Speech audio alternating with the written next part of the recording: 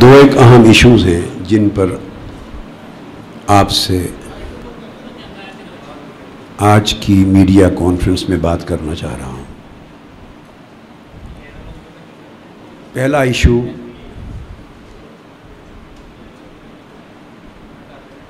Article 245 کا اسلام آباد میں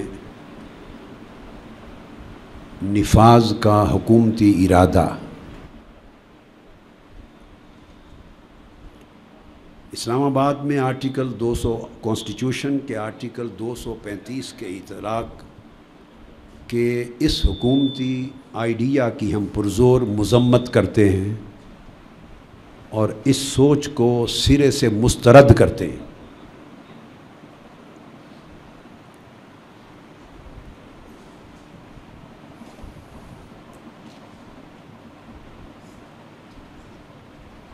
سب سے زیادہ ہنگامی صورتحال جو آرٹیکل 245 کے نفاذ کے لیے جائز ہو سکتی تھی وہ ضرب عضب کے آغاز کے وقت KPK میں تھی۔ اگر کانسٹیٹیوشنلی اسپیکنگ کوئی 100% جائز اور آئینی اور قانونی عمل ہو سکتا تھا آرٹیکل 245 کے نفاذ کا، جہاں دہشت گردی کے خلاف پاک فوج نے جنگ شروع کی اور پورا کا پورا صوبہ KPK اس کا لا اینڈ آرڈر اس کا بریک ڈاؤن آلموسٹ ہونے کا خدشہ تھا اور کئی علاقوں کا بریک ڈاؤن ہو گیا تھا، اور وہاں رد عمل کے خطرات بہت زیادہ تھے، جہاں پاک فوج براہ راست اس بڑے آپریشن میں مصروف تھی۔ وہاں لوگوں کی جان و مال کے تحفظ کی ضرورت تھی، وہاں املاک کی تحفظ کی ضرورت تھی، وہاں امن عامہ کے قیام کی ضرورت تھی، وہاں دہشت گردی کے حملوں سے عوام کو بچانے کی ضرورت تھی، اور وہ ایک ایسا رد عمل تھا جو ڈیفینیٹلی سول گورنمنٹ کے وسائل اور اس کی استعداد سے بیونڈ تھا، زیادہ تھا۔ لیکن حیرت ہے کہ اس حکومت نے KPK میں ضرب عضب کے موقع پر آرٹیکل 245 کا نفاذ نہیں کیا۔ اس کا مطلب یہ ہے کہ صوبہ خیبر پختونخوا میں اگر رد عمل میں کتنی جانیں بھی چلی جاتی اور جتنی تباہی مچ جاتی، انہیں اس کی فکر نہیں تھی۔ یہ کریڈٹ تو پاک فوج کو جاتا ہے کہ انہوں نے دہشت گردی کا وہاں خاتمہ بھی کیا ہے اور بہت بڑے رد عمل سے بھی قوم کو محفوظ رکھا ہے۔ یہ ان کی یعنی پروفیشنل ایبیلٹی ہے جس کی وجہ سے اللہ نے مدد کر دی اس قوم کی۔ تو KPK میں ضرب عضب کے موقع پر آرٹیکل 245 کا نفاذ نہ کرنے والے کس منہ سے اسلام آباد میں آرٹیکل 245 کے نفاذ کی بات کرتے ہیں؟ کیا یہاں ضرب عضب سے بڑھ کر کوئی جنگ کا ماحول ہے؟ اس سے زیادہ سنگین صورتحال ہے۔ اور اگر کمتر درجے کی بات کرتے ہیں تو عرصہ دراز سے کراچی میں ٹارگٹ کلنگز ہو رہی ہیں، اور تمام تر سول گورنمنٹ کی اور ان کی تمام ایجنسیز کی کاوشوں کے باوجود ٹارگٹ کلنگ کراچی میں رک نہیں سکی۔ بتہ کھوری انتہا پر ہے، ٹارگٹ کلنگ انتہا پر ہے، روز درجنوں لاشیں گرتی ہیں، درجن لاشیں جس شہر میں طویل عرصے سے گر رہی ہیں، طویل عرصے سے، اور سول گورنمنٹ کا ٹوٹلی فیلئر ہو چکا ہے اس کے کنٹرول کرنے میں۔ تو وہاں مطالبہ بھی کئی پارلیمانی سیاسی جماعتیں عرصے سے کر رہی ہیں، سماجی سیاسی اور اقتصادی تجارتی حلقے بھی مطالبہ کرتے رہے۔ کراچی میں آرٹیکل 245 کیوں نہیں لگایا؟ وہ فوج کے سپرد کیوں نہیں کیا؟ اس کا مطلب ہے سندھی شہید ہو جائیں، سندھیوں کی لاشیں گریں، سندھی بتہ کھوری کا شکار ہوں، سندھی اغوا ہوں، سندھی قتل ہوں اور کراچی کے باسی قتل ہوں، تو ان کو آرٹیکل 42-45 کے تحت ان کی جان و مال کی حفاظت کی ضرورت محسوس نہیں ہوتی۔ خیبر پختونخوا میں پختونوں کا قتل عام ہونے کا ڈر ہو، وہاں بھی آرٹیکل 244 نہیں، 245۔ اسلام آباد میں کون سا خطرہ ہے، کس کی جان و مال کو خطرہ ہے، جس کے لیے آرٹیکل 245 کو انووک کرنے کی بات ہو رہی ہے۔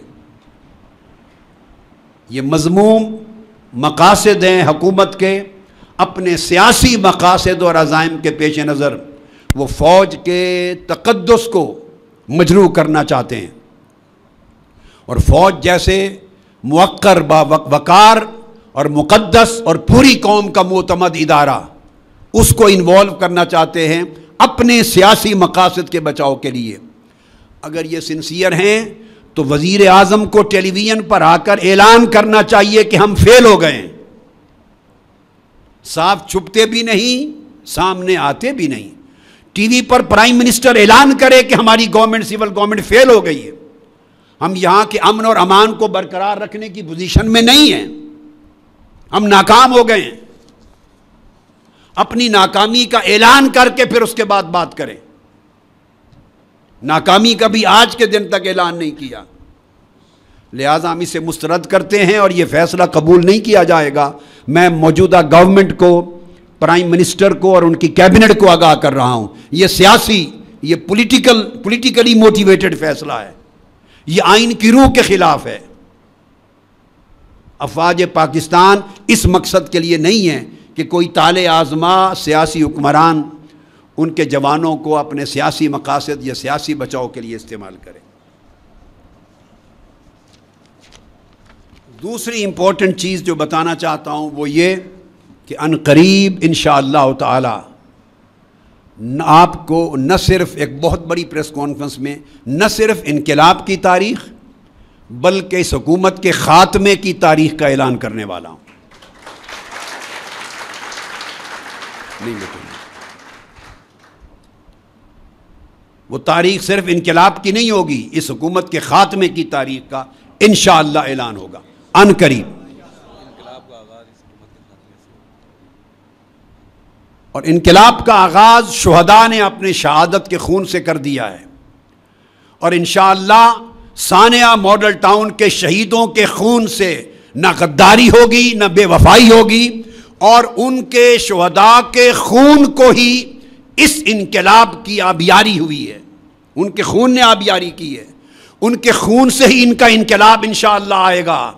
شہداء کا خون اس انقلاب کی کامیابی کی ضمانت ہے، اور ان کے خون کا قصاص ہوگا، اور وہ خون انشاءاللہ اللہ کے قانون اور پاکستان کے آئین اور ملکی قانون کے مطابق ان کو قتل عام کرنے کے ذمہ داروں کو لٹکائے گا، ہینگ کرائے گا انشاءاللہ۔ ہمارا عزم ہے ان سے کامل قانونی انتقام کے بغیر یہ تحریک نہیں رک سکتی۔ انقلاب جب آئے گا تو پہلا سٹیپ انشاءاللہ اس قتل عام اور شہادت کا اور ظلم کا، بربریت، دہشت گردی کا انتقام ہوگا، جو اللہ کا قانون کہتا ہے، جو آئین کہتا ہے، جو ملک کا قانون کہتا ہے، اور یہ بچ نہیں سکیں گے، اور ان کو انشاءاللہ ملک سے فرار نہیں ہونے دیا جائے گا۔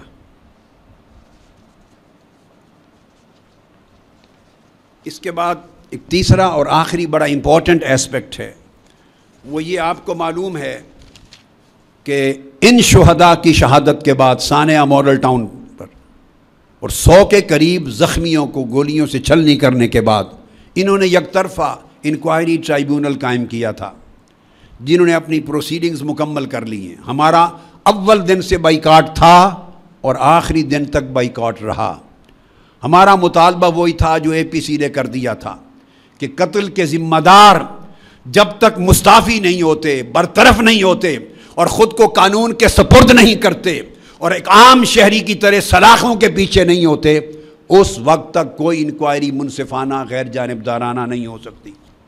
مگر اس موقع پر انہوں نے از خود ایک JIT بھی بنا دی تھی، جوائنٹ انویسٹیگیشن ٹیم۔ ہم اس سے بھی بائیکاٹ کر رکھا تھا، چونکہ وہ بھی حکومت پنجاب نے بنائی تھی JIT، تو ہمارے لوگ اس میں بھی اپیئر نہیں ہوئے، ٹرائیبیونل کی طرح ٹوٹلی بائیکاٹ رہا۔ اور اس کے بھی اسباب، جیسے ٹرائیبیونل کے میں نے اسباب پہلے بیان کیے ہیں کہ کیوں بائیکاٹ تھا، JIT کے اسباب بھی کلیئر ہیں کہ وہ پولیس پنجاب کی جو قاتل ہے، اور میں ان پولیس افسران کو بھی بتانا چاہتا ہوں، ڈرو اس دن سے، وہ دن بہت قریب ہے، بہت قریب ہے، جن کے کہنے پہ تم نے قتل عام کیا، لاشیں گرائیں، اور شہیدوں کو تم نے بے دردی سے زمین پر گرایا اور ان کی لاشوں کی بے حرمتی کی۔ اس دن سے ڈرو، انہوں نے نہیں رہنا، اگلے مہینے میں ان کا خاتمہ ہونے والا ہے، اور میں چند دنوں میں ان کی حکومت کے خاتمہ کی ڈیٹ اناؤنس کرنے والا ہوں انشاءاللہ تعالی، اللہ کے فضل و کرم اور اس کی مدد و نصرت سے۔ تم لوگ جو ریاست کے ملازم تھے، تم نے ریاست کی وفاداری نہیں کی، آئین اور قانون کی نہیں کی، تم ان سیاسی دہشت گردوں کے ذاتی نوکر بن کے تم نے لوگوں کی جان سے اور ان کے خون سے ہولی کھیلی۔ تم بھی اللہ کے انتقام کی لاٹھی کا نشانہ بنو گے، اور ظلم میں جو شریک تھا نہیں بچے گا۔ اور آئندہ انقلاب کی کال پر پولیس ہو یا جو کوئی اور ایجنسی جس نے مزید ظلم کے لیے ہاتھ اٹھایا، وہ یہ جان لے کہ انہوں نے تو انقلاب کے اگلے دن ہونا نہیں، یہاں یہ جیل میں ہوں گے۔ تو ظلم کے لیے ہاتھ اٹھانے والوں کا انجام پولیس کا ہر افسر، ہر اہلکار سن لے کہ تمہارا انجام بد کیا ہوگا، چھوڑیں گے ہی نہیں تمہیں، اس لیے کہ تم نے آئین، قانون اور ریاست کے ساتھ بغاوت کی ہے۔ یہ پولیس کے ان لوگوں کو کہہ رہا ہوں جنہوں نے درندہ بن کر نہتھے معصوم شہریوں کے خون سے ہولی کھیلی ہے۔ اگر آئندہ بھی کیا تو ذمہ داری تمہارے اوپر ہوگی، یہ تو ایک دن کے بعد فارغ ہو جائیں گے، تمہیں کون بچائے گا؟ تمہیں اب بھی انہوں نے نہ بچایا ہے نہ بچائیں گے، وہ تمہاری قربانی دے کر ٹیشو پیپر کی طرح یوز کر کے پھینک رہے ہیں اور پھینک دیں گے۔ ہم نے جی آئی ٹی کو بھی مسترد کیا، اس کی ریزن کیا ہے کہ وہی پولیس جو قاتل ہے، جنہوں نے پوری قوم کے میڈیا کے سامنے قتل عام کیا ہے، اسی پولیس کے 8 افسران کو اس جی آئی ٹی کا ممبر بنا رکھا ہے، اور جی آئی ٹی کا سربراہ بھی ڈی آئی جی ہے، ایڈیشنل آئی جی جو اسپیشل برانچ ہے، وہ اس جی آئی ٹی کا سربراہ ہے، I G police, D I G police. اور پھر ملک ظفر ہیں، وہ آئی بی کے آدمی ہیں پنجاب کے، وہ بھی نواز شریف صاحب کے انڈر۔ مصطفیٰ حمید ہیں ایس پی پولیس کے انویسٹیگیشن کے، محمد اعظم ہیں ڈی ایس پی ہیں، سیف المرتضیٰ ہیں ڈی ایس پی ہیں، اور ان کی معاونت کرنے والے محمد لیاقت وہ ڈی ایس پی ہیں، Asad Muzaffar D S P ہیں، اور اعجاز رشید انسپیکٹر ہیں پولیس کے۔ ان 8 پولیس افسران کے ساتھ، اور سربراہ بھی پولیس کا افسر، ان کے ساتھ 2 آدمی، ایک آئی ایس آئی سے اور ایک ایم آئی سے جو آزاد ان کے انڈر نہیں ہیں، وہ 2 ممبر رکھے ہوئے ہیں آؤٹ آف 10۔ ان 2 ممبران کی حیثیت رائے کی کیا ہوگی؟ کو معقول اقلیت بھی نہیں بنتی کہ رائے دیں، 4 بھی نہیں بنتے، 5 تو دور کی بات ہے، ایکول نمبر بھی نہیں ہے۔ 2 غیر جانبدار تھے، آئی ایس آئی کا ممبر اور ایم آئی کا ممبر، 8 افراد، 7 مین اور 3 معاونین، سارے پولیس سے ہیں، جس کے خلاف قتل اور دہشت گردی کا ہمارا کیس ہے۔ ایف آئی آر آج تک درج نہیں ہوئی، انقلاب کا پہلا کام ایف آئی آر درج ہوگی، اور درج کرنے کے بعد یہ پکڑے جائیں گے، اریسٹ ہوں گے، اور اس اریسٹ ہونے میں صرف شہباز شریف نہیں، نواز شریف بھی اریسٹ ہوں گے۔ بتا دینا چاہتا ہوں، اس کی بیسک وجہ کو سمجھ لیجئے۔ 16 جون کو جو میٹنگ ہوئی جس میں ساری پلاننگ کی گئی، جس کو کہتے ہیں کہ رانا ثناء اللہ ہیڈ کر رہے تھے، انہوں نے طلب کی، اس میٹنگ میں پنجاب گورنمنٹ کے افسران تو شامل ہی تھے، مگر اس میٹنگ میں ایف آئی اے کے ڈائریکٹر وہ بھی شامل ہیں 16 جون کو، اس میں federal board of revenue F B R کے افسران بھی شامل ہیں، اس میں آئی بی جو نواز شریف صاحب کے انڈر آتی ہے اس کے انچارج ہیں سید خورشید عالم، وہ بھی شامل ہیں۔ سوال یہ پیدا ہوتا ہے کہ صوبائی حکومت کا کوئی وزیر وہ فیڈرل گورنمنٹ کے ان 3 ایجنسیز کے FBI FIA اور IB کے فیڈرل گورنمنٹ کے افسران کو میٹنگ میں طلب بھی نہیں کر سکتا. وہ کس کے حکم پہ شریک ہوئے؟ یہ میرا سوال ہے. ان افسران کو جو فیڈرل گورنمنٹ کے انڈر ہیں انہیں تو وزیر اعلیٰ بھی طلب نہیں کر سکتا. چہ جائے کہ کوئی وزیر قانون طلب کرے. اس لیے کہ جو FIA کے ہیڈ ہیں, FIA کے ملازم, اور اس میں ایک بات, پرنسپل سیکرٹری جو توقیر شاہ شریک ہوئے, ان کے پاس کوئی محکمہ نہیں ہے. ان کا کام صرف یہ ہے کہ وزیر اعلیٰ پنجاب کے احکامات پہنچانا, ہدایات پہنچانا اور کارروائی کی انہیں رپورٹ کرنا. وہ کس کیپیسٹی میں بیٹھے ہیں؟ وہ وزیر اعلیٰ کے احکام پہنچانے کے لیے بیٹھے ہیں. تو جو بات توجہ طلب ہے, FIA, FBR اور IB, ان کے جو سربراہان کون ہیں؟ FBR محکمہ وزارت خزانہ کے انڈر ہیں, ان کے وزیر اسحاق ڈار ہیں. ان کا کوئی افسر خواہ اس کی تعیناتی پنجاب پاکستان کے کسی بھی صوبے میں ہو, وہ وزیر خزانہ کے حکم کے بغیر, جو سینٹرل ان کے چیئرمین کے بغیر نہیں آ سکتا. FIA وزارت داخلہ کے تحت آتی ہے جس کے ہیڈ چودھری نثار ہیں, اور IB ڈائریکٹلی پرائم منسٹر کے انڈر آتی ہے, نواز شریف صاحب کے انڈر. اب یہ 3 وفاقی اداروں کے اور ایجنسیز کے چوٹی کے یہاں کے پنجاب کے سربراہان جب اس قتل عام کی منصوبہ بندی کی 16 تاریخ کی میٹنگ میں شریک ہو رہے ہیں, تو یا وہ اپنے 2 وفاقی وزراء کے کہنے پر, اور IB کا جو پنجاب کا ڈائریکٹر ہے وہ وزیر اعظم کے کہے بغیر نہیں آ سکتا, وہ ڈائریکٹلی پرائم منسٹر کے انڈر ہے. اس لیے اس قتل عام کی منصوبہ بندی میں نہ صرف شہباز شریف شامل ہیں, وزیر اعظم نواز شریف بھی شامل ہیں, کیونکہ 3 افسران اس میں فیڈرل گورنمنٹ کے ڈائریکٹر اس میں شریک ہوئے ہیں.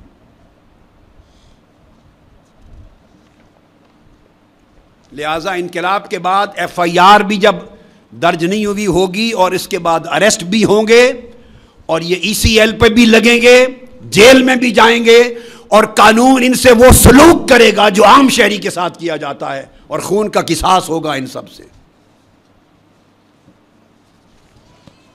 اور آخری چیز, وزیر اعلیٰ پنجاب نے اپنا بیان حلفی جمع کروایا ہے ٹرائیبیونل میں.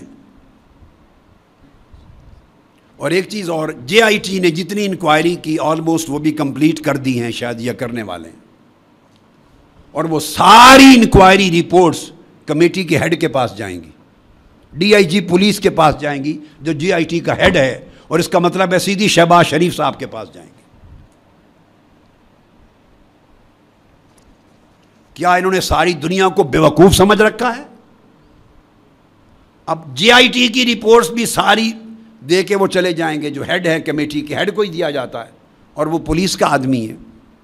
وہ بیٹھ کے پھر نواز شریف صاحب اور ان کے رانا صاحبان اور سارے بیٹھ کے فیصلے کریں گے, ٹیمپر کریں گے. انہوں نے بیان میں یہ کہا کہ 17 جون کو صبح مجھے جیسے کہا 9 بجے کے قریب ٹی وی پر میں نے دیکھا کہ یہ کچھ ہو رہا ہے ماڈل ٹاؤن میں, تو توقیر شاہ کو میں نے, یہ اب بیان حلفی میں بھی انہوں نے اسٹیٹمنٹ دے دی ہے, پہلے توقیر شاہ کا بیان حلفی تھا, اب وزیر اعلیٰ نے دے دیا. اور میں نے ان سے پوچھا, ڈیٹیل لی, اور وہ کہتے ہیں بیان حلفی میں پھر میں سرکاری مصروفیات کے لیے تیار اس وقت ہو رہا تھا, اور وہ پھر چلے گئے آگے چیف جسٹس کی حلف برداری کی تقریب میں, اور مجھے یہ بھی معلوم نہیں تھا کہ انہوں نے بتایا کہ 16 جون کی جو میٹنگ ہوئی ہے اس کو ہیڈ کیا, تو یہ اس کے مطابق بیریئر ہٹانے کا عمل ہو رہا ہے.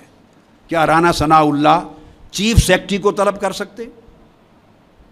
چیف سیکرٹری ایک وزیر قانون کے انڈر کیسے آتا ہے؟ وہ تو وزیر اعلیٰ کے انڈر آتا ہے. وہ توقیر شاہ کو کس طرح طلب کر سکتے ہیں؟ اور اس طرح باقی تمام افسران وہ وزیر اعلیٰ اور وزیر اعظم کے حکم کے بغیر شامل ہی نہیں ہو سکتے پروسیس میں. وہ عمل ہو رہا ہے. اور وہ کہتے ہیں کہ پھر اس کے بعد میں ہائی کورٹ چلا گیا, انہیں اپنے شہریوں کی جان کی حفاظت کی فکر نہیں, روزمرہ کی مصروفیات زیادہ اہم ہیں. وہ ان کی تقریب میں چلے گئے, اور وہاں پھر گورنر ہاؤس میں ان کو پتہ چلا کہ حالات بہت سنگین ہو گئے ہیں اور خراب ہو رہے ہیں. واپس آیا تو پتہ چلا کہ گولیاں چل رہی ہیں. اور میں پھر اپنی طے شدہ سرکاری مصروفیات کو نپٹانے کے لیے واپس ماڈل ٹاؤن چلا گیا. شہباز شریف صاحب، شرم سے ڈوب مرنا چاہیے آپ کو. یہ حادثہ اگر آپ کے خاندان پہ ہوا ہوتا تو دیکھتا کہ کس طرح آپ روٹین کی سرکاری مصروفیات کی انجام دہی کے لیے جاتے ہیں. اگر یہ رائے ونڈ محل پر گولیاں چل رہی ہوتی، آپ کو اپنے صوبے بلکہ اپنا آپ کا گاؤں ہے، یہ ماڈل ٹاؤن آپ کا محلہ ہے، اس میں گولیاں چل رہی ہیں، لاشیں گر رہی ہیں، خون کی ندیاں بہہ رہی ہیں، گولیوں سے انسان چھلنی ہو رہے ہیں، عورتیں شہید ہو رہی ہیں، اور آپ یہ سب کچھ جان کر روز مرہ کی سرکاری مصروفیات پہ چلے گئے ہیں. آپ کو اپنے صوبے اور اپنے شہر اور اپنے حلقے اور علاقے کی لوگوں کی جان عزیز نہیں، آپ کو سرکاری مصروفیات زیادہ عزیز ہیں. یہ مصروفیات آپ چند دن اور کر لیں، انشاءاللہ تعالی جب ڈیٹ اناؤنس کروں گا آپ کے اقتدار کے خاتمے کی، اللہ کی مدد و نصرت سے پھر دیکھیں گے کہ آٹے گھی کا بھاؤ اور آٹے دال کا بھاؤ کیا ہوتا ہے، سرکاری مصروفیات کی اہمیت کیا ہے، اور عوام کی جان و مال اور عزت و آبرو کی حیثیت کیا ہے. شکریہ.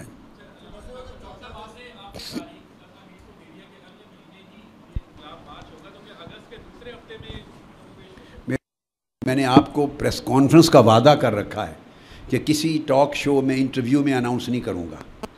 آپ نے وعدہ لیا ہوا، آپ کے سامنے کریں گے، بہت بڑی پرہجوم ہوگی انشاءاللہ.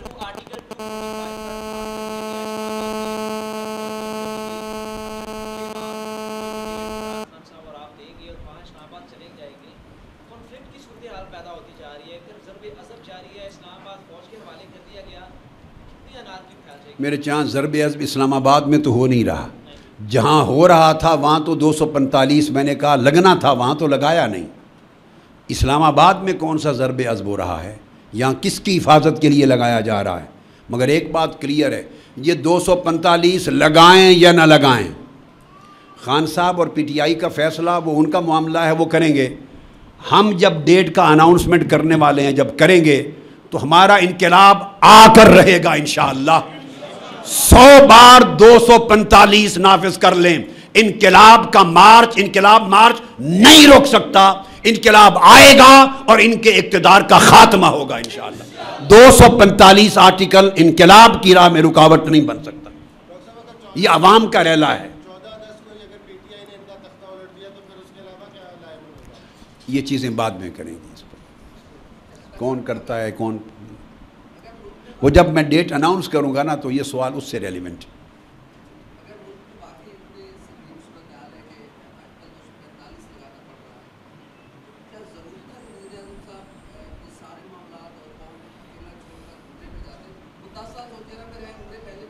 میرے چاند، آپ کس 245 کی بات کرتے ہیں؟ انہوں نے تو ریکویسٹ یہاں تک کی کہ رائے ونڈ کے لیے بھی فوج کو طلب کیا.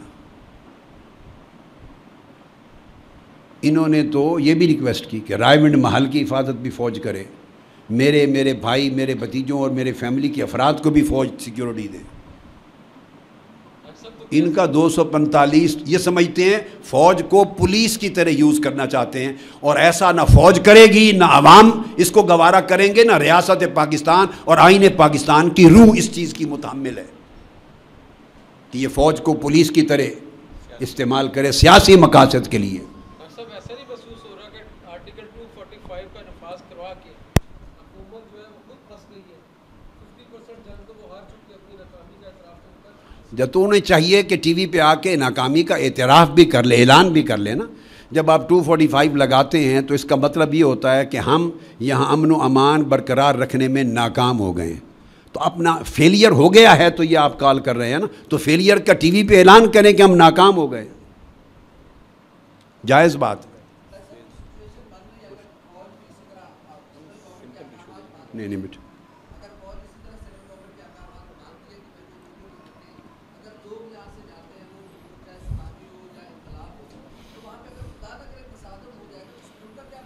میرے چاند، کیا آرٹیکل 245 میں یہ بھی کہیں درج ہے کہ اگر فوج احکام بالفرض مانے بھی تو وہ اپنے عوام پر گولیاں بھی چلائے گی اور عوام سے ٹکرائے گی بھی. یہ تو آرٹیکل 245 میں نہ کسی آرٹیکل کی کسی کلاز اور سیکشن میں نہیں ہے.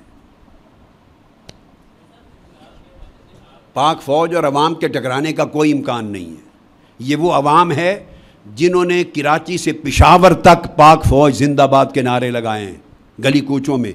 اور پھر ایک امپورٹنٹ بات کہنا چاہتا ہوں، اور اس وقت جب یہ فوج سے مدد مانگنے والے، غلیل والوں سے مدد مانگنے والے، جب یہ فخر سے کہتے تھے کہ ہم دلیل والوں کے ساتھ کھڑے ہیں، غلیل والوں کے ساتھ نہیں، ان کو یہ شرم بھی نہیں آیا کہ کل تو غلیل والوں کو گالیاں دلوا رہے تھے، پورا ایک مہینہ جنگ لڑی ہے، اور جو کچھ ان کی عزت کے اوپر حملے کرنے کے لیے تم سے ہو سکا انہیں غلیل والا کہہ کے تم نے حملے کیے. آج انہی غلیل والوں سے مدد مانگ رہے ہو اور ان کے پیچھے چھپ رہے ہو.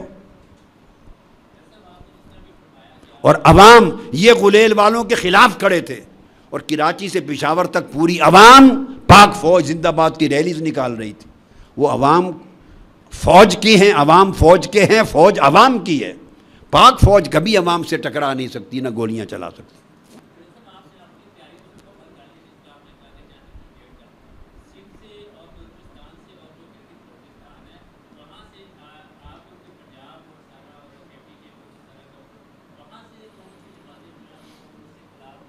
انقلاب میرے چاند صرف پنجاب سے نہیں آئے گا، انقلاب پاکستان کے چاروں صوبوں سے بشمول گلگت بلتستان، فاٹا، سب علاقوں سے آئے گا.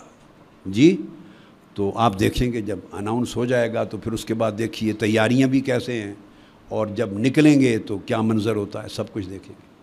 شکریہ.